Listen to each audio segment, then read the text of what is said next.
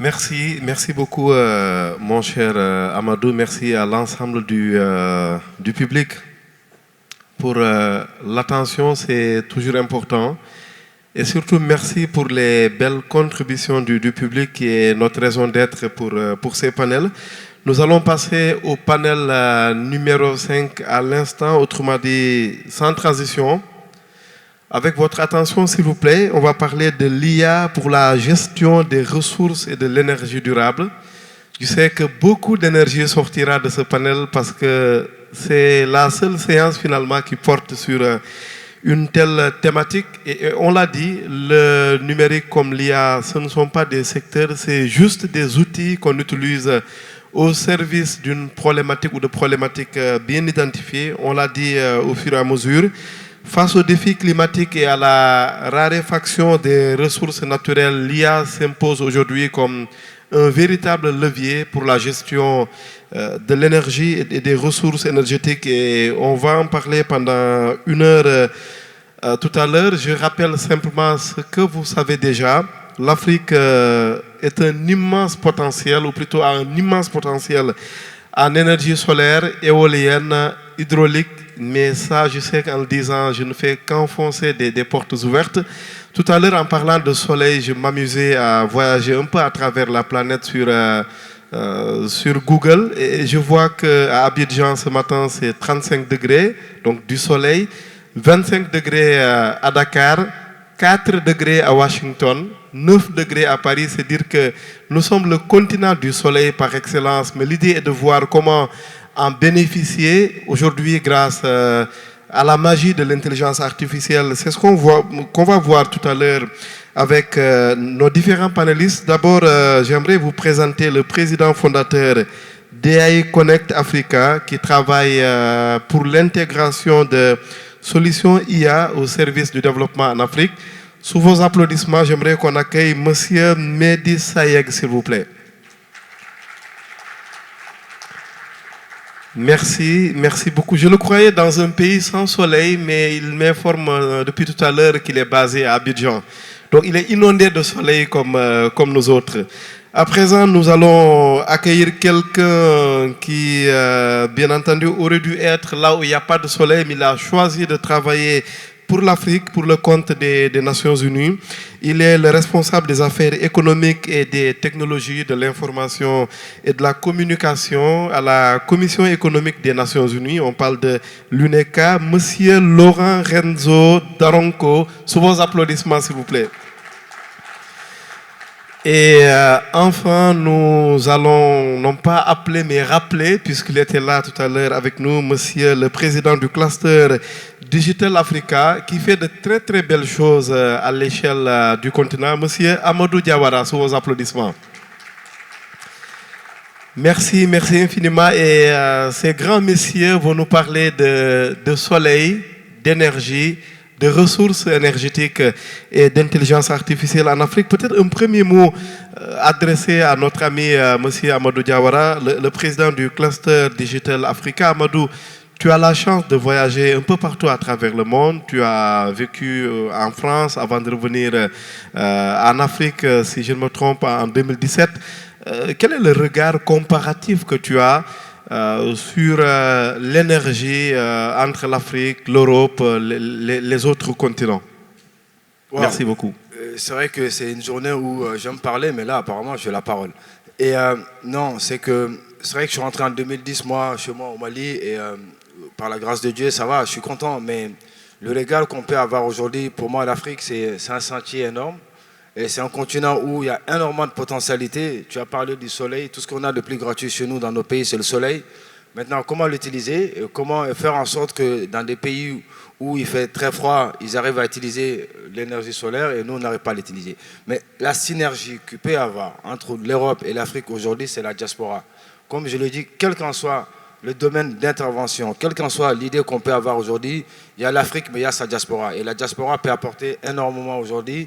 Moi, quand je suis rentré chez moi, je sais que je vais gagner, je ne l'aurais jamais dû le gagner ailleurs. Et je le gagne chez moi aujourd'hui et je suis très fier de ça. Et je pense qu'aujourd'hui, la question, elle est importante aujourd'hui. Le savoir, aujourd'hui, elle est importante, mais aussi, il y a des pratiques qui ont fonctionné ailleurs.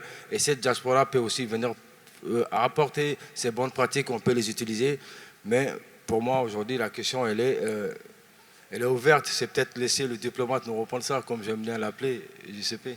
Merci, merci. On donnera la parole notamment aux techniques. Je rappelle simplement qu'on parlera de l'introduction à l'IA et donc aux enjeux des ressources et de l'énergie durable, les applications concrètes, parce que quand on parle d'IA, on parle vraiment de concret, ce n'est pas des théories.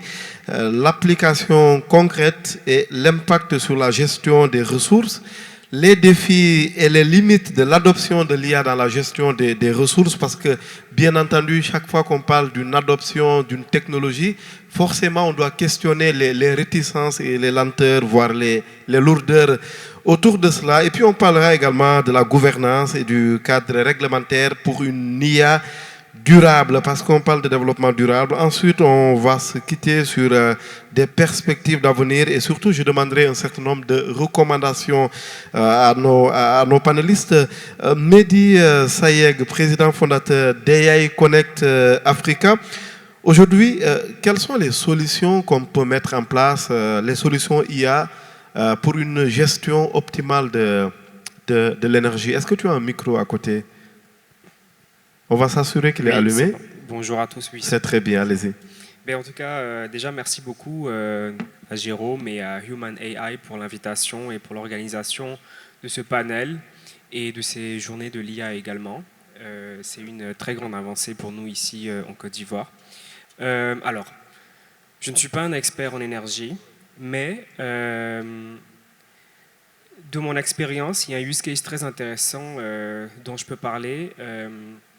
Quand je vivais à Paris, en France, donc j'avais un compteur intelligent qui s'appelle Linky. Bon, je ne fais pas la publicité de qui que ce soit, mais c'était distribué par EDF. Et à l'époque, pour moi, c'était normal. Donc, je vivais en France, j'avais ce compteur hyper intelligent qui me disait en temps réel ma consommation d'électricité. Et vous savez, dans des pays froids, donc notamment pendant l'hiver, la facture d'électricité peut être très élevée. Et donc, il y a cette innovation-là qui nous permettait justement de follow en day-to-day notre consommation. Et certains des techniciens nous disaient, OK, en heure creuse, je vous conseille d'augmenter votre consommation d'électricité pour justement éviter d'augmenter de manière conséquente votre facture. Et du coup, moi aujourd'hui, avec ce thème-là, je me dis, mais en fait, ils ont tout compris parce que donc j'ai fait mes recherches et j'ai compris qu'en fait, ce système-là s'appelle des smart grids.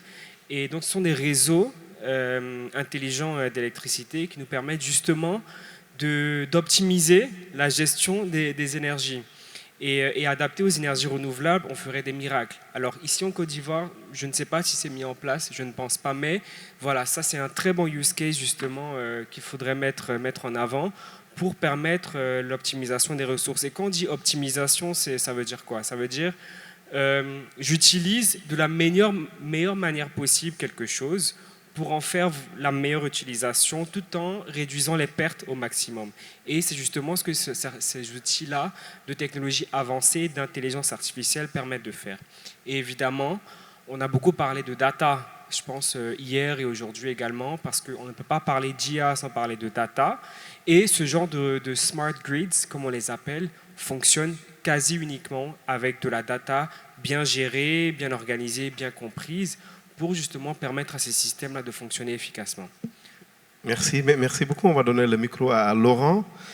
Laurent, on parle évidemment d'IA, d'optimisation des ressources et en particulier de cas concrets, comme disait Mehdi tout à l'heure. Vous, du côté de l'UNECA à l'ONU, est-ce que c'est une question qui vous parle? Est-ce qu'il y a eu déjà des travaux là-dessus? Alors, de manière plus globaliste, au niveau, j'allais dire, plus thématique, l'IA, plutôt l'énergie non renouvelable et les changements climatiques font partie d'une vision des Nations Unies lorsqu'on parle des ODD, des objectifs de développement durable. Alors, c'est un mot peut-être un peu barbare, mais qu'est-ce que c'est que les ODD? Ce sont j'allais dire, des objectifs que l'ONU s'est fixés, il y en a 17. Et ces objectifs, ils servent à quoi? Ils servent à éradiquer la pauvreté, à protéger la planète et puis à apporter la prospérité. Et un objectif de 2030. 2030, c'est pratiquement demain. Et si vous regardez de manière un peu plus globale, on est loin d'atteindre ces objectifs. En ce qui nous concerne, nous, donc, dans ces 17 objectifs, il y a l'ODD 7 et l'ODD 13. L'ODD 7, respectivement, lui, porte sur les énergies renouvelables et l'ODD 13 sur les aspects changement climatique. Lorsqu'on sait quelle est la cible de l'ODD 7, l'ODD 7, c'est tout simplement l'accès à l'énergie propre et durable. Lorsqu'on sait que sur le continent, on n'a pas à peu près, il y a 600 millions d'Africains qui n'ont pas accès à l'électricité, on voit tout de suite l'importance de pouvoir régler cette espèce de paradigme pour avoir de l'électricité à ce niveau-là. Ensuite, on a l'ODD 13 qui est le changement, qui porte sur le changement climatique, et sur le continent, effectivement, le changement climatique est emprunt à l'ensemble de du dérèglement climatique, avec notamment, on essaie de lutter avec notamment sur le gaz à effet de serre. À titre indicatif, on sait très bien que l'Afrique possède le deuxième poumon du monde à travers l'Afrique centrale, puisqu'on a ce qu'on appelle le bassin des forêts du Congo, qui est après l'Amazonie. Donc c'est important de pouvoir lutter sur cet aspect-là. Mais qu'est-ce qu'on peut dire de manière un peu plus globaliste sur l'IA liée à ces thématiques énergie et changement climatique? On peut dire que l'IA est un levier d'innovation dans ces deux secteurs, pour optimiser d'une part ces réseaux énergétiques, d'autre part pour la gestion durable des événements. Et un autre point important qui va également porter sur l'amélioration des standards de qualité dans l'agroalimentaire. Et dans cet agroalimentaire, on couvre un certain nombre de domaines, qu'il s'agisse aussi bien du commerce équitable, du halal ou alors du bio. Donc voilà un petit peu ce que l'on peut dire en premier chef sur cet aspect intelligence artificielle voué à l'IA. Et on reviendra tout à l'heure, puisque le smart grid, effectivement, est un concept important que l'on a traité. Très bien, on aime bien le benchmark. Est-ce que tu as une idée des tendances mondiales actuelles sur la problématique? Alors les tendances mondiales, c'est tout ce qui est, effectivement, c'est ce qu'inscrit dans ces deux EDD, c'est-à-dire le solaire, c'est-à-dire l'éolien, c'est-à-dire également la biomasse, on en parle de plus en plus. Et lorsqu'on sait que sur le continent, on a un maximum de terres arables, le solaire et la biomasse et l'hydraulique font partie intégrante des actions que l'ONU, à travers nos deux EDD, on vient de voir. Sachant que si on parle du solaire, donc on parlait tout à l'heure du Smart Green, il y a des pays africains, notamment le Sénégal, à travers son champ de panneaux solaires, qui optimisent ces flux de consommation électrique. Alors c'est quoi le Smart Grid? Le principe, c'est-à-dire c'est d'adapter en fonction de la consommation, d'adapter, la production d'énergie solaire, de la ramener là où elle se situe au mieux pour l'optimiser. Donc on voit tout de suite que c'est des technologies à base d'IA, d'algorithmiques, qui sont utilisées. Également, on a constaté cette utilisation en Afrique du Sud, où ils sont également enclins à cette nouvelle technologie. Merci. Amadou, vu de Bamako? Non, aujourd'hui, je pense que la tendance, elle est claire et nette. Et l'IA va changer beaucoup de choses. Aujourd'hui, on a parlé de compteurs intelligents, on a parlé de tout ce qui est smart grid. Mais en fait, c'est aussi le contrôle du réseau, parce que nous avons beaucoup de pertes de réseau électricité dans nos pays. Et l'IA peut permettre de contrôler cela et aussi de minimiser les accidents en fait, liés à ça. C'est-à-dire que l'automatisation aujourd'hui va changer beaucoup de choses. Le fait que l'IA permet d'automatiser facilement des processus, mais aussi le système de contrôle, cela va changer beaucoup. Mais là où ça peut être intéressant pour nous, on a vu le cas du solaire aujourd'hui et il y a quelque chose qui se crée mine de rien. Et dans notre cas, nous par exemple, dans le cas de chez moi, aujourd'hui, beaucoup de startups sont en train de se créer aujourd'hui qui se spécialisent dans les panneaux solaires, mine de rien, parce que le soleil est gratuit, les panneaux sont là, ils sont subventionnés. Les gars créent des petites applications qui leur permettent tout simplement d'installer et de contrôler les systèmes à distance. Donc ça veut dire que ça, c'était possible avec l'IoT, avec l'Internet des objets connectés, tout ce qui est domotique. C'était possible d'avoir des capteurs, de pouvoir connecter, d'allumer les ampoules avant, de les éteindre, etc. Mais la question aujourd'hui, je pense que toutes ces solutions sont là. Et il l'a dit, Jacques, tout à l'heure, on a vu dans la salle, en fait, on a des talents africains. Et chez moi, il y a des jeunes qui sont en train d'apporter des solutions aujourd'hui, justement sur des questions solaires. Ils développent des plateformes, ils développent des applications, mais il nous faut des données locales. Et cela, je pense que ce n'est pas des données d'un pays lorsqu'on veut parler de l'IA aujourd'hui. C'est-à-dire la concurrence, elle est là. En fait, si on veut la souveraineté de nos données, il nous faut aujourd'hui, entre pays, avoir des gentlemen agreements, de telle sorte qu'on arrive à avoir une collaboration pour avoir des data centers qui vont être assez costauds pour qu'on puisse stocker ces données. Parce que pour moi, la question importante de tout cela aujourd'hui, c'est comment aller à l'information, comment le collecter, mais comment aussi le retransmettre et les données, le mettre à disposition. Donc, pour moi aujourd'hui, la question centrale, ça va être dans nos ressources, dans nos secteurs miniers, comment l'IA peut faciliter pour cartographier, mais prévenir aussi avec le changement climatique, Oui. aussi pour, voilà, c'est un peu ça. Merci, tu as utilisé beaucoup de comment. Je vais ajouter un énième comment Voilà. avec une question adressée à Mehdi. Comment aujourd'hui l'IA aide-t-elle à réduire le gaspillage énergétique? Parce qu'on sait qu'il y a beaucoup de gaspillage à l'heure des maisons intelligentes, des smart cities. On met plus l'accent sur l'économie d'énergie. Comment l'IA pourrait s'avérer un précieux allié pour nous? Écoute, c'est une excellente question parce que la réponse que je peux apporter à cette question, c'est les données. Encore une fois, au-delà des technologies dures qui vont nous permettre de mettre en place tous les systèmes d'ingénierie, c'est la data qui va nous permettre de prévoir certains phénomènes naturels ou certaines consommations d'énergie. Et là, je parle notamment pour les entreprises parce que moi j'ai un point de vue très corporate sur l'ensemble des questions, parce qu'on travaille beaucoup avec des usines, notamment ici à Yopougon, à la zone industrielle. Et en fait, eux, ils ont une grande problématique qui est la problématique de tout industriel, c'est comment dépenser le moins d'argent possible, ce qui est normal pour une entreprise. Et justement, avec la compréhension et la gestion d'une bonne base de données, on peut, je ne dirais pas assez facilement, mais à travers l'intelligence artificielle, faire beaucoup de choses par rapport à ça. Donc si on sait que par exemple, l'année dernière, à la même période, j'ai dépensé tel montant ou telle consommation d'énergie, je sais que cette année, ça ne s'éloigne pas de l'année dernière. Et ainsi de suite, je peux faire des préventions pour le mois prochain, pour l'année prochaine, etc., etc.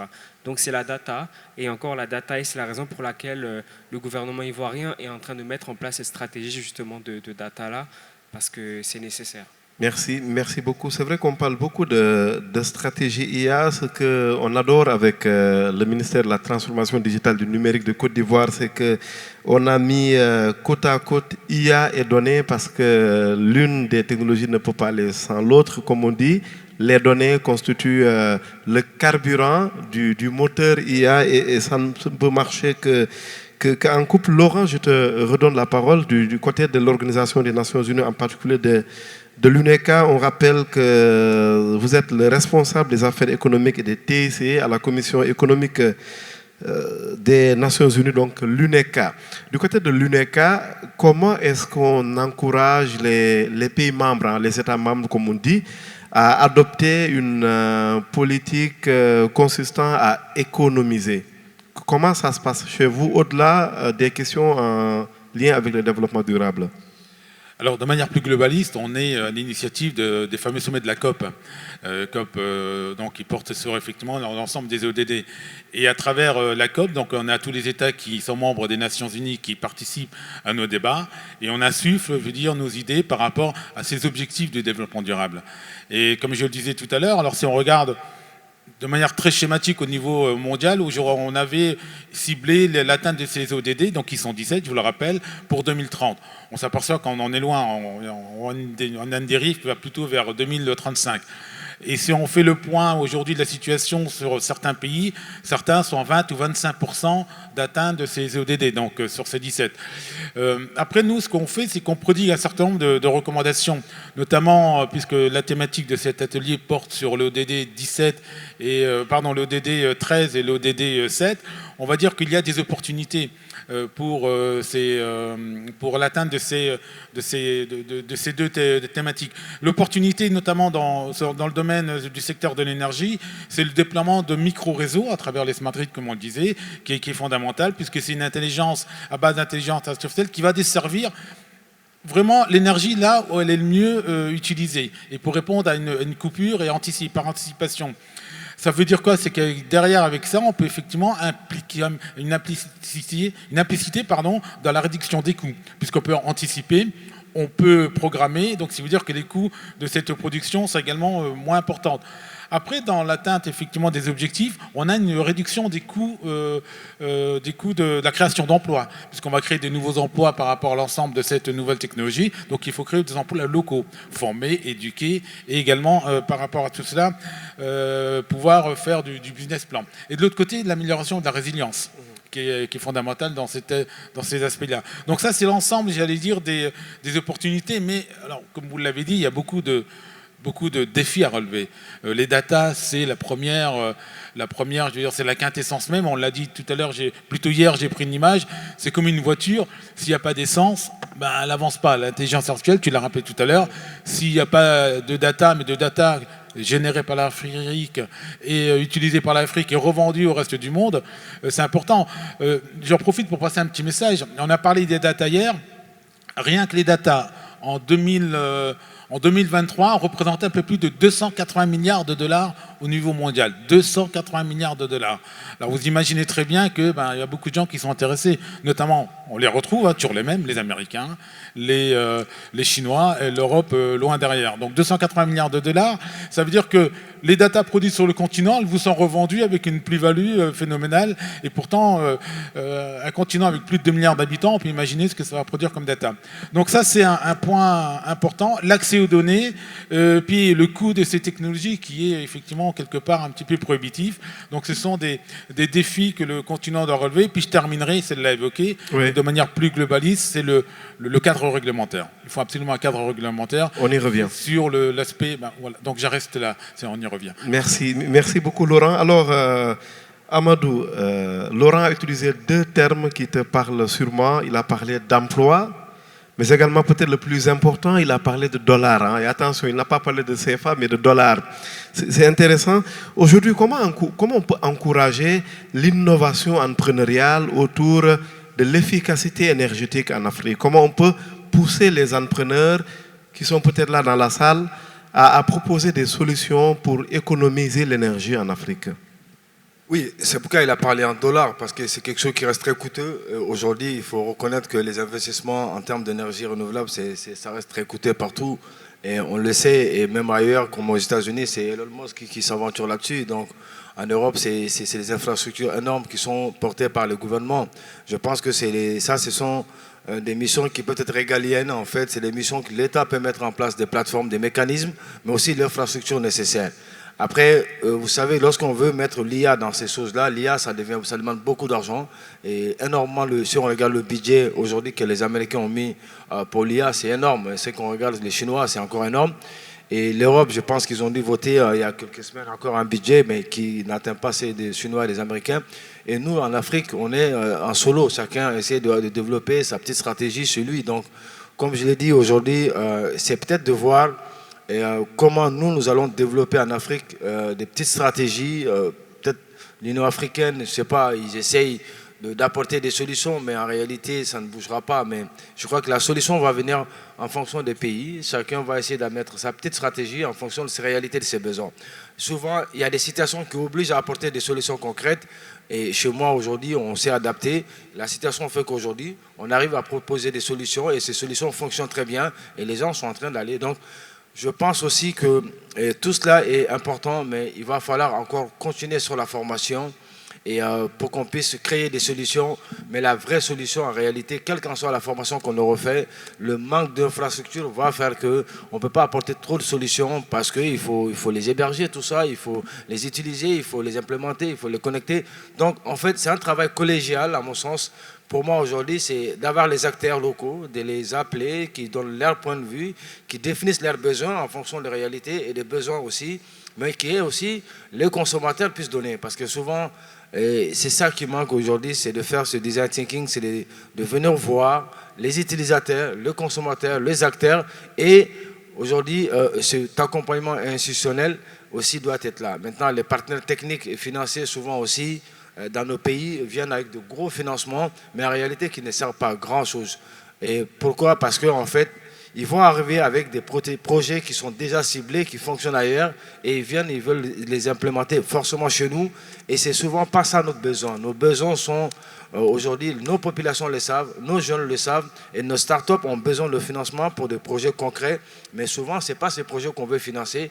Donc voilà, pour les questions d'énergie aujourd'hui, ce n'est pas sorcier. Si on veut se développer en Afrique, pour le moins, un des défis majeurs, ça va être le problème énergétique. Et ça, c'est même mondial. Avec le réchauffement climatique, on peut se permettre de polluer encore un petit peu en Afrique. Ailleurs, ils ont pollué pour se développer. Il faut que nous aussi, on pollue un peu pour se développer. Et moi, je ne suis pas trop d'accord sur ça. Et on a besoin de polluer un peu. Donc, s'il faut qu'on aille aussi polluer un petit peu pour qu'on puisse se mettre en place, se développer, il faut qu'on le fasse. Et il est nécessaire pour nos jeunes aujourd'hui de pouvoir bénéficier de cela. Merci, voilà. Merci Amadou. Ça, c'est vraiment de l'audace entrepreneuriale. Hein. Polluer encore un peu plus parce que les autres ont pollué quand même pour se développer. C'est vrai qu'on peut en discuter.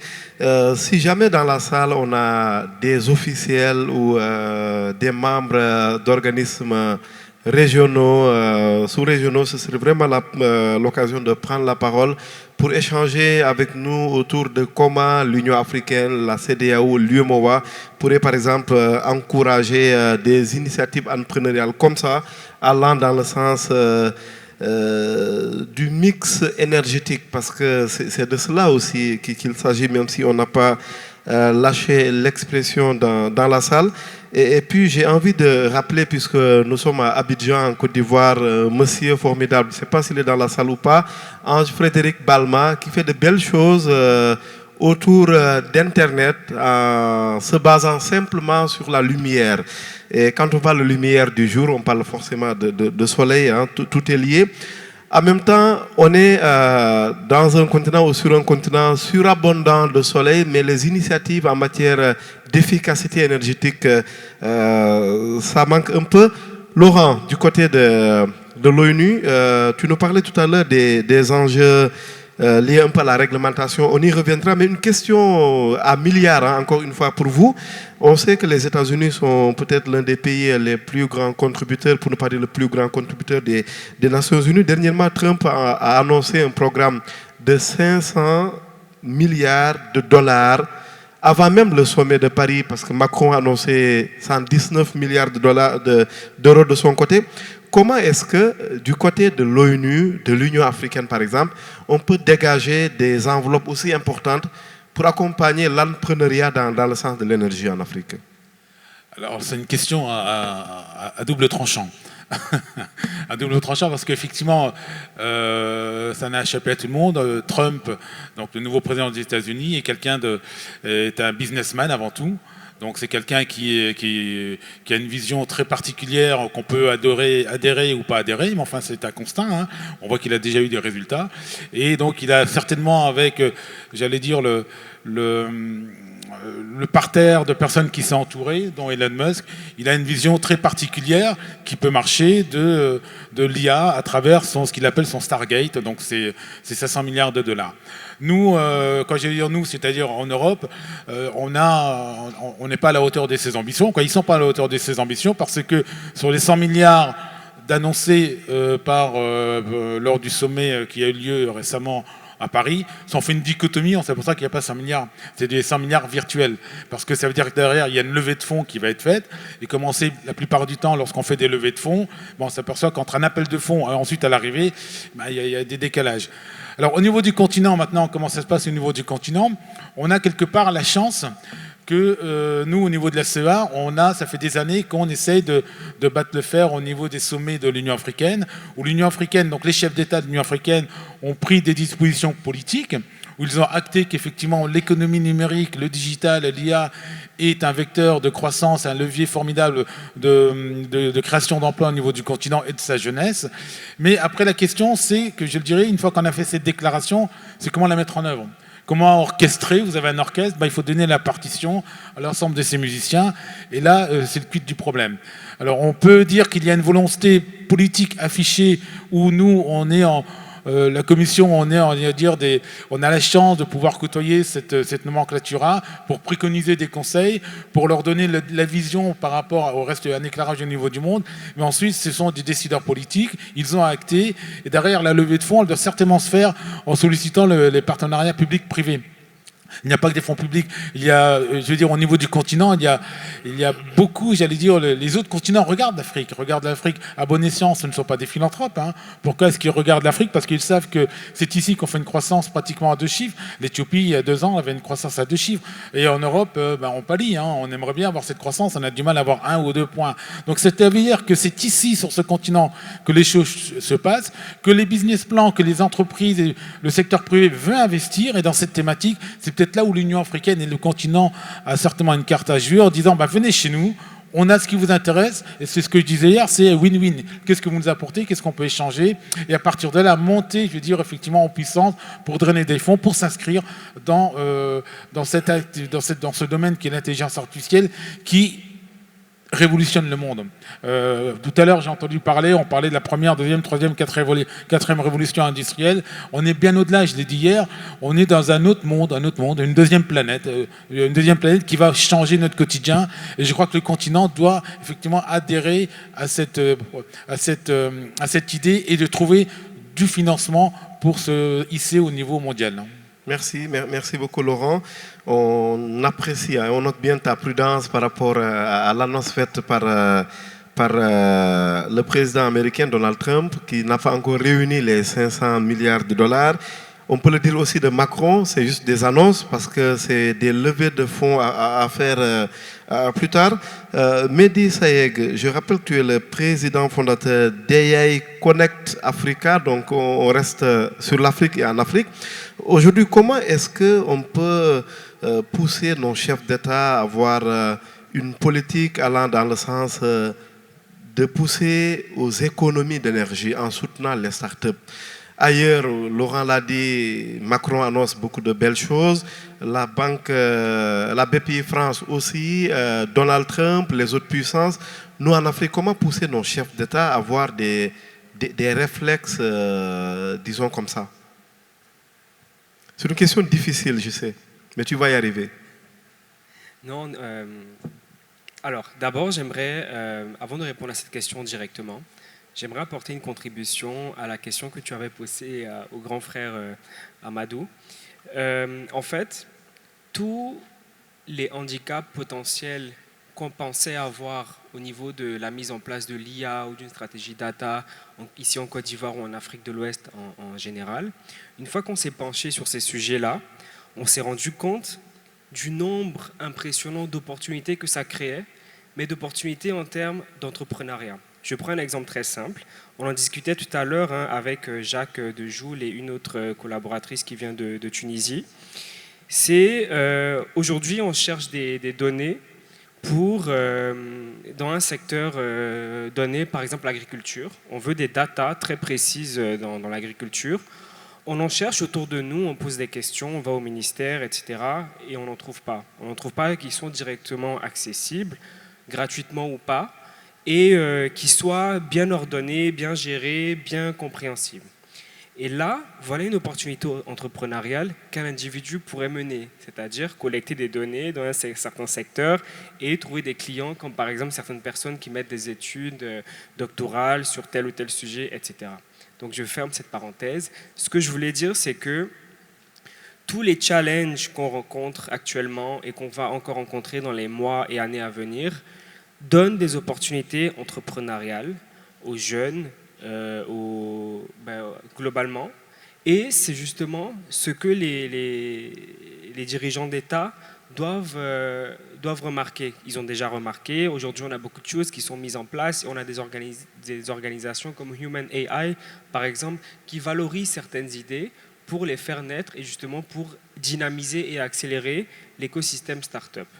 Donc voilà, il y a beaucoup de choses qui sont en train d'être mises en place pour valoriser certaines idées. Mais en tout cas, la conclusion de ce que je veux dire, c'est qu'il y a énormément d'opportunités qui peuvent être mises en place, qui peuvent être créées grâce aux problématiques qu'on rencontre justement. Très bien, merci. On redonne la parole à Amadou. Un dernier tour de table avant d'ouvrir le débat au public. Une question unique, c'est comment l'écosystème des startups, l'écosystème africain, Mehdi en parlait tout à l'heure, peut s'approprier ces problématiques pour développer des solutions locales.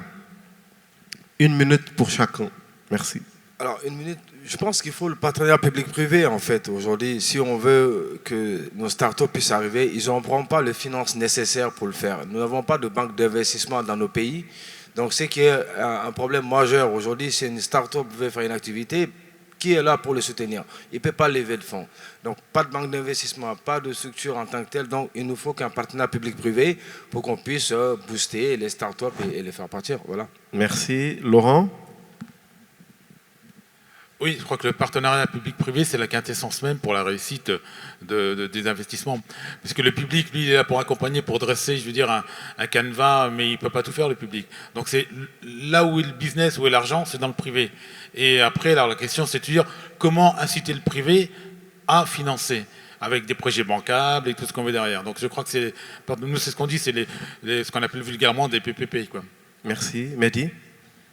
Écoute, je suis totalement en adéquation avec ça. Et maintenant, pour pousser un peu plus la réflexion, c'est donner de la valeur aux chercheurs et à ces personnes, aux techniciens, qui nous permettront justement de voir plus clair dans certaines solutions.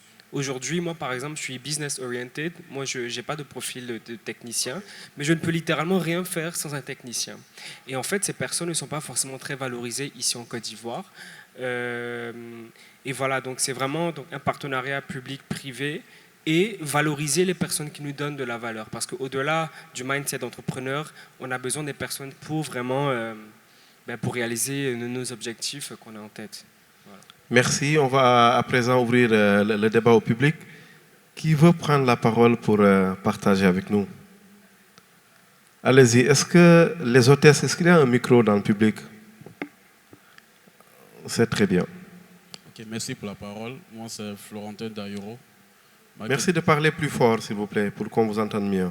Ok, je disais déjà merci pour la parole. Je suis Florentin Dayoro, marketing spécialiste chez Data 354. Je vois qu'aujourd'hui, on parle d'IA et on parle beaucoup de données.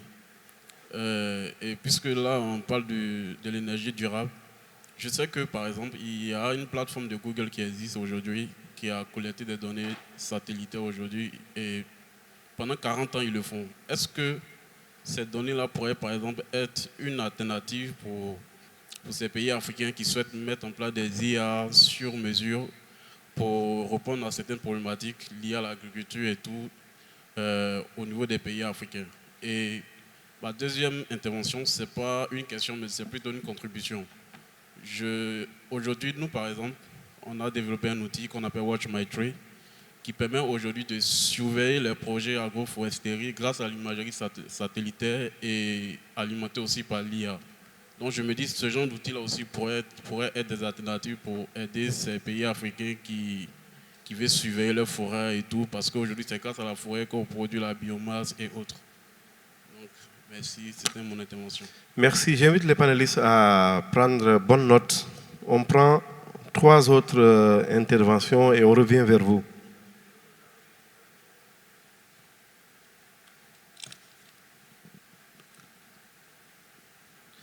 Mesdames et messieurs, bonjour. Différents panélistes, monsieur le modérateur. Je suis Abdoulhamid Nielbin, étudiant en relations internationales et diplomatie à SUSUMEF University of Côte d'Ivoire. Et j'ai plus une préoccupation. On a parlé des énergies renouvelables, de l'énergie solaire surtout. On a dit que l'Afrique était le continent le plus ensoleillé. Et si on passait à un système orienté vers l'énergie solaire, est-ce que cela ne poserait pas problème aux économies des différents États africains? Parce qu'on sait qu'avec, étant muni d'une voiture électrique équipée de panneaux solaires, on peut rouler avec toute une vie. Donc, est-ce que cela ne poserait pas un gros problème à nos économies? Merci. Merci beaucoup.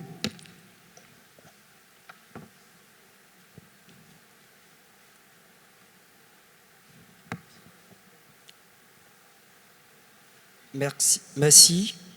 Alors, la question que je voudrais poser, c'est 2 questions.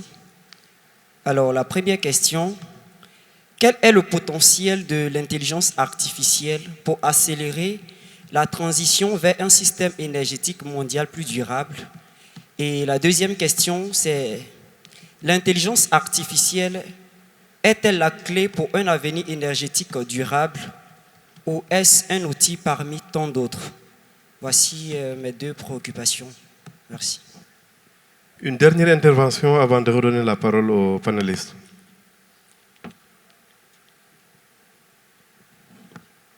Ma question était de savoir, vu que, il y a une question, c'est assez délicate, c'est que en Côte d'Ivoire, c'est un peu compliqué de parler de tout ce qui est énergie renouvelable. Parce que en Côte d'Ivoire, vu que l'État en quelque sorte monopolise, bon pas en quelque sorte même, ils ont carrément monopolisé le domaine de l'électricité. Vu que vous avez parlé de l'intelligence artificielle que vous avez à la maison, pour peut-être nous qui aspirons peut-être avoir ces genre d'idées-là et les installer chez tous les Ivoiriens, on se demande qu'est-ce que ça ne serait pas peut-être une difficulté pour nous de peut-être approcher l'État si peut-être ils ne veulent pas mettre ça à la disposition de la population. Je voudrais savoir si peut-être vous avez des idées pour pouvoir essayer de mettre ça à la disposition de tout le monde. Merci. Merci. On donne la parole aux panélistes. Après, on revient au public. Amadou. Je pense que je vais répondre à la question la première personne qui a posé la question sur la souveraineté. Parce que pour les données que Google collecte et qu'on les utilise aujourd'hui, c'est vrai. On n'a pas assez de moyens pour avoir toute cette infrastructure en Afrique. Mais moi, je suis personnellement, conviction personnelle, contre qu'on utilise ces données qui sont importantes en termes de souveraineté. Parce que l'énergie reste une question importante de souveraineté. Maintenant, est-ce qu'on va laisser encore Google collecter toutes ces informations que nous, après, on aille chercher ça pour travailler là-dessus? Je suis un peu sceptique là-dessus et ça me pose problème. Maintenant, est-ce qu'on ne va pas poser la question, pourquoi nos États ne travaillent pas pour ça? Pourquoi ils ne mettront pas l'infrastructure? Je pense que dans les semaines à venir, à ce qui paraît, il y aura la stratégie nationale de l'IA qui va être définie en Côte d'Ivoire.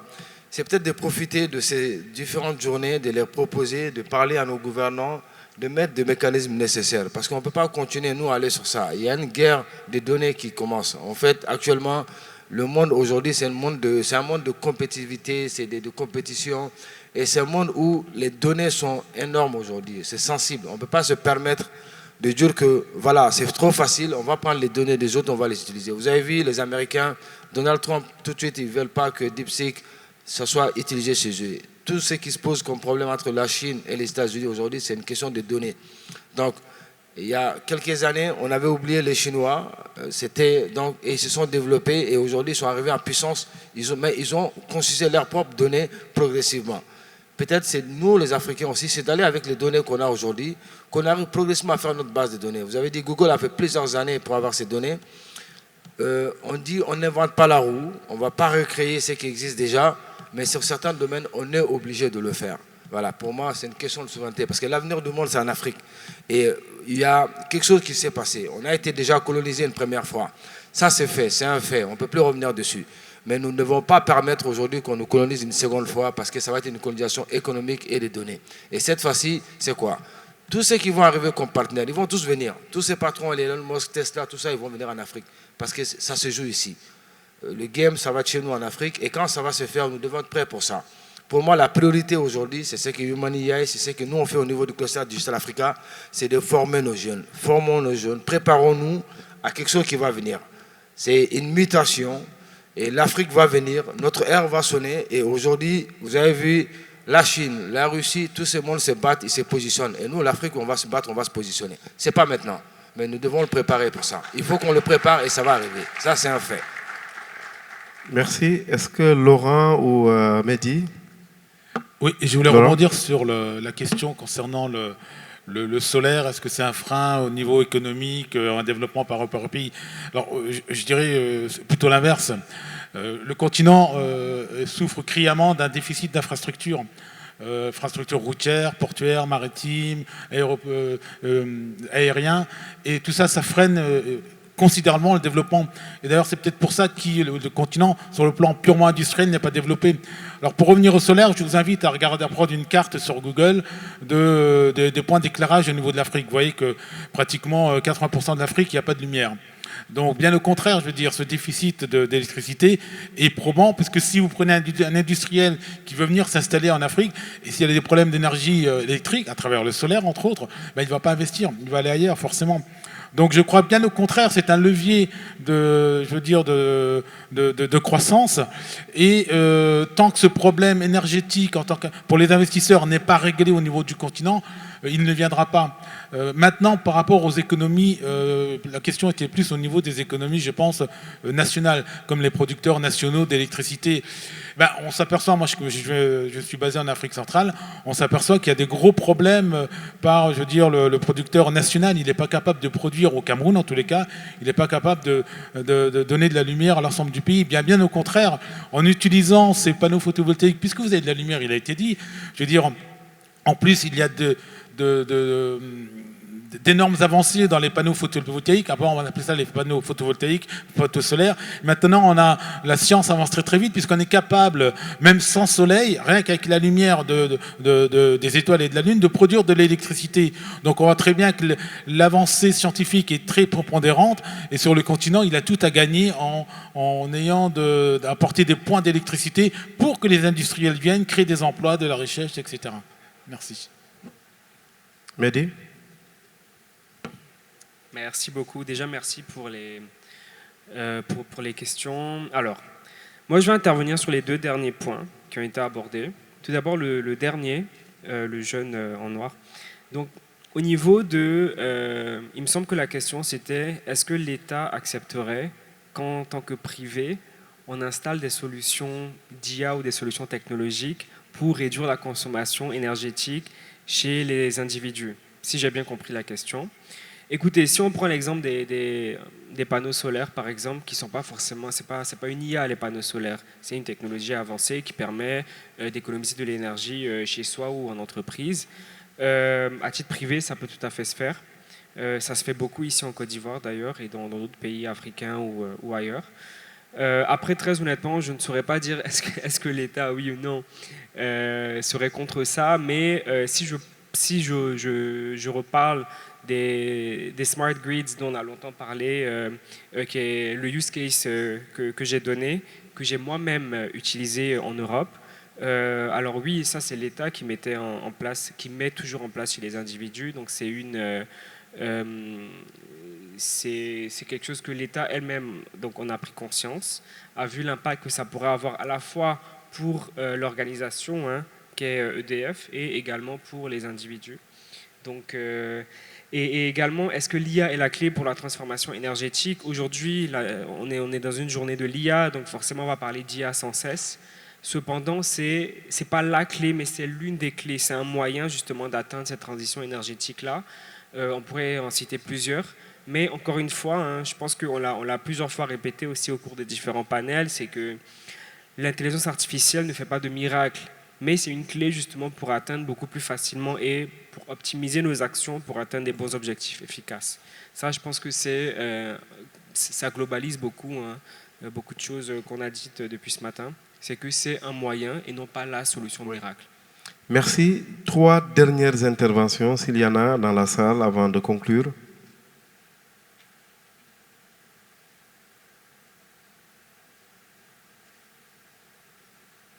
On dirait que les femmes sont exclues du panel. Il y a un algorithme certainement qui joue à notre défaveur. Merci beaucoup. Je suis professeur créé de l'université Nangia-Bourgois et je voudrais tout d'abord remercier les panélistes et aussi le modérateur pour cette thématique et les organisateurs pour cette importante thématique. Je voudrais dire que en fait, l'énergie, tout comme l'IA, il faudrait la démocratiser. Parce que tout développement aujourd'hui va avec l'énergie. On ne peut pas se développer sans l'énergie. Et vous savez, l'énergie solaire, c'est vrai, on nous dit qu'il y a le soleil, mais on n'a pas la technologie aujourd'hui pour en fabriquer des cellules solaires les plus performantes. Même les pays développés, ils y mettent les moyens, mais ici, il est quand même assez difficile. Ça, il faut le reconnaître, parce que la technologie pour pouvoir fabriquer ces cellules-là, les cellules de dernière génération, sont très coûteuses. Donc, moi, je me dis, si on doit aller au développement, il faut permettre, comme l'a dit l'un des panélistes, permettre qu'on pollue un peu. Parce que l'énergie solaire seule ne peut pas nous permettre de se développer. C'est vrai, il nous faut des data centers pour stocker les données, mais un data center, l'énergie que ça consomme, ce n'est pas les panneaux solaires qui vont lui donner. Donc moi, je suis partisan qu'on utilise un peu l'énergie fossile, quitte à ce que, parallèlement, on développe aussi les énergies renouvelables. Quant à l'IA, c'est ce que je viens de dire, il y a un parallèle. Il y a un parallèle entre l'énergie, le stockage et l'IA. Donc, c'est ce que je voulais dire comme contribution. Merci beaucoup.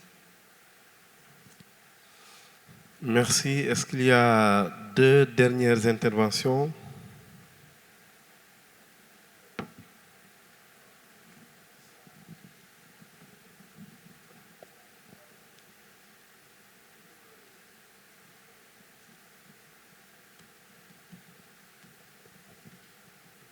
Bonjour à tous, je suis Sangare Yakuba, étudiant en journalisme à l'ISTC. Alors, dans son intervention, M. Laurent a dit que l'Afrique a ce dont les investisseurs ont besoin. Et donc, M. Diawara a ajouté que tout va se passer en Afrique et qu'il faudrait que l'Afrique se positionne dès maintenant. Je voudrais savoir si il est clair que nous avons ce que les investisseurs ont besoin et qu'ils viendront au niveau des pays, parce que nous savons que nos pays aiment bien aller au combat en rang dispersé. Mais dans un élan beaucoup plus collectif, qu'est-ce que nos pays peuvent faire ou devraient ou doivent faire concrètement afin de peser réellement dans les négociations qui vont sûrement commencer et puis en tirer profit pour pourquoi pas se développer. Je vous remercie. Merci, chers futurs confrères. Maintenant, on va conclure. Hein. Allons-y très rapidement. Alors, pour conclure, mais je pense que la question qu'il a posée aujourd'hui, elle est importante. Mais je pense qu'aujourd'hui, nous parlons de l'innovation, on parle d'invention, on parle de révolution, etc. On ne va peut-être même pas s'attendre sur nos pays. Je pense qu'aujourd'hui, des journées comme aujourd'hui, c'est ça. C'est la co-construction, c'est l'intelligence collective. C'est ensemble, c'est de construire d'horizons diverses et variés. Maintenant, nous, c'est ce qu'on fait au niveau du cluster Digital Africa où j'ai l'honneur de présider. Mais c'est parce qu'en fait, on est allé chercher des ambassadeurs, des membres, de conseils scientifiques, de la gouvernance de partout en Afrique, justement pour utiliser le digital comme levier de développement et de croissance. C'est-à-dire que, c'est quoi? On s'est dit qu'à un moment donné, nos pays, comme tu l'as dit, je suis totalement d'accord avec toi, chacun va de ce soir et au final, il n'y a rien qui est apporté. Nous avons décidé en tant que citoyens, en tant qu'Africains tout simplement, c'est de se mettre ensemble en tant que africains et de dire qu'on va réfléchir à des problématiques africaines et apporter des solutions. Maintenant, ces questions, c'est quoi? Juste, vous savez, il faut que nous aussi, comme on a dit, on produit chez nous. Il faut qu'on le polie, il faut qu'on utilise tous les moyens sont bons pour arriver. En fait, pour moi, c'est comme ça qu'on doit faire. Si vous voyez aujourd'hui ce qui se passe, le leadership entre Américains et Chinois, c'est parce que les Chinois, ils inventent de l'autre côté, les Américains inventent de l'autre côté. Tout le monde parle aujourd'hui de Musk. Aujourd'hui, il est en train d'influencer Donald Trump. Non. En fait, c'est quoi? Donald Trump n'est qu'un businessman, ce n'est que l'institutionnel. Mais le vrai patron, c'est Elon Musk. Tout simplement parce qu'il a travaillé, il a apporté des solutions. Il s'est dit, vous ne pouvez pas le faire sans moi. Et voilà, je suis là. Et vous allez utiliser ce qui se passe. C'est lui qui est en train de mettre la pression aujourd'hui pour qu'on DeepSeek, tout cela. Il pose de l'argent, il pose des solutions, il apporte. Donc nous, les Africains, je pense qu'aujourd'hui, il faut qu'on comprenne une chose. Laissons les institutionnels. Pendant longtemps, ils ont été là. On a vu pourquoi on est toujours à la traîne. On est le continent le plus riche. On a plus de ressources. Ailleurs, on vient nous prendre sur les ressources chez nous. Ils vont développer. Quand on regarde la RDC aujourd'hui, quand on regarde partout en Afrique aujourd'hui, toutes les ressources qui quittent chez nous, qui vont développer chez eux. Puisque nous n'avons pas apporté des solutions, nos ressources vont développer ailleurs. Ce qu'on va faire, réfléchissons. Que ce soit de Kigali, j'en sais rien moi, de la Guinée ou d'Abidjan ou Bamako, Niamey, si c'est lui qui sait faire travailler sur cette technologie, on va le voir, voilà, on l'adapte, voilà, on le se met ensemble, on apporte une solution. Ensemble, on est plus fort. Lorsqu'on a affaire à des gens qui sont à armes pas égales, je prends un petit gamin de Paris ou je sais pas moi, de New York ou de Singapour, il n'a pas les mêmes armes que moi ou de toi ou de lui, etc. pour apporter une solution. Il va aller plus vite. Tout ce qui va te tracasser toi, lui, il a déjà ça déjà. C'est-à-dire qu'au moment où toi, tu vas finir de réfléchir, lui, il a fini déjà. Donc ça veut dire quoi? Donc cette avancée qu'ils ont chez eux, on ne peut pas les égaler comme ça. Mais nous, si on se met ensemble, on peut apporter des solutions.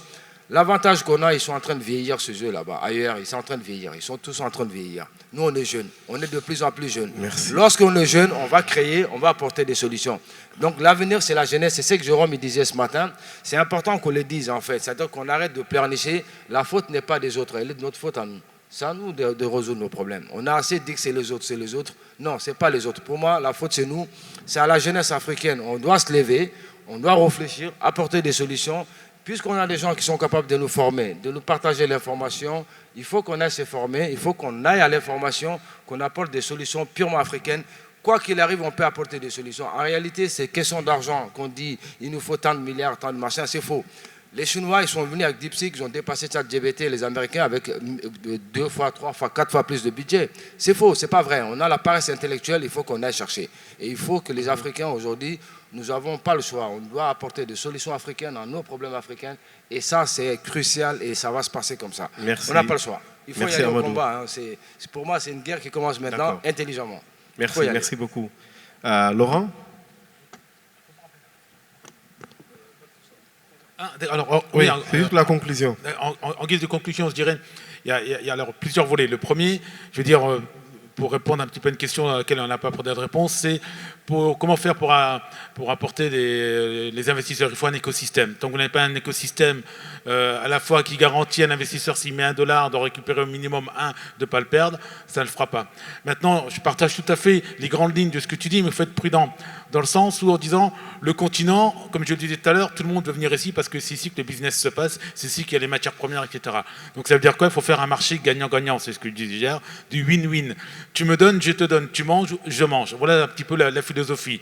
Donc c'est pas comme il y a 40 ans ou 50 ans. Donc c'est vraiment cet aspect-là. Après, vous avez besoin, je suis désolé de le dire, hein, vous avez besoin de vous mettre dans le concert mondial de l'intelligence artificielle. Vous regardez aujourd'hui où est-ce qu'on en est. Je veux dire, l'Afrique, je le disais hier, vous produisez 0,73% des publications au niveau mondial. Pour 2 milliards d'habitants, vous n'existez pas. C'est peut-être cru ce que je dis, mais c'est la vérité. Alors ce qui veut dire, soit à vous motiver pour dire 2 milliards, nous, on n'est que des jeunes par rapport aux autres. Les autres sont moins jeunes. C'est-à-dire que c'est vous, demain, qui devrez produire peut-être 50 ou 60%. Et il faut vous donner les moyens. Vous avez tout ce qu'il faut. C'est comme vous allez dans un supermarché, tout est là. Il faut vous servir pour aller de l'avant. Et dernier point, oui. Ça a été déjà dit, et je termine. Hein. Dernier point, je veux dire, n'attendez pas sur les institutions publiques. Ça ne veut pas dire qu'elles ne font rien, mais n'attendez pas. Je prends le simple fait de M-Pesa. M-Pesa, pourquoi est-ce qu'M-Pesa a vu le jour? Parce qu'il n'y avait pas de réglementation au Kenya qui interdisait le développement de M-Pesa. On peut anticiper en disant, si jamais au Kenya, la question reste ouverte, hein, il y avait une réglementation qui interdit de faire du M-banking, de penser du manuel monnaie, bah, peut-être qu'M-Pesa n'aurait jamais vu le jour, peut-être qu'M-Pesa n'aurait pas été exporté, et peut-être que l'État aurait freiné ce développement. Donc il y a profitez des vides, allez-y, mais tout est là, et je le rappelle, hein, et je terminerai avec ça, je le rappelle, aujourd'hui, vous êtes à armes égales avec le reste du monde. C'est votre intelligence qui va faire que vous allez effectivement aller de l'avant. Et ce n'est pas les excuses comme on pouvait dire avant. Nous, on n'a pas les usines pour transformer, on n'a pas les voitures. Tout ça, c'est fini. C'est fini, c'est votre mindset, c'est ce que vous allez faire. Et vous avez les mêmes outils que le gars qui se trouve dans la Silicon Valley, que le gars qui se trouve à Ouagadougou, perdu au fin fond de son village. Merci. Comment on dit merci en italien? Grazie mille. Gracias, merci beaucoup. Alors, Mehdi, après tu nous diras le merci en arabe, mais bon, je pense que c'est connu déjà. Vas-y, rapidement. Mais merci beaucoup. Écoute, je partage les conclusions de Laurent et d'Amadou. Mais ce que j'aimerais dire, c'est que l'IA n'est pas une phase. L'IA, donc, il y a quelque chose qui a commencé il y a quelques dizaines d'années dans certains pays et qui est en train de s'étendre. Pourquoi est-ce que soudainement tout le monde parle d'IA? C'est à cause de l'IA générative. Oui. Donc la révolution de ChatGPT qui a eu lieu en 2022. Et moi-même, étant un diplômé d'école de commerce en France, je me suis spécialisé dans la data science. Pour nous, c'était normal d'avoir certains outils d'IA, certains CRM hyper performants, certains outils en entreprise qui permettaient de nous faciliter la vie complètement. Et soudainement, on a vu une hype qui a éclaté partout dans le monde à cause de ChatGPT.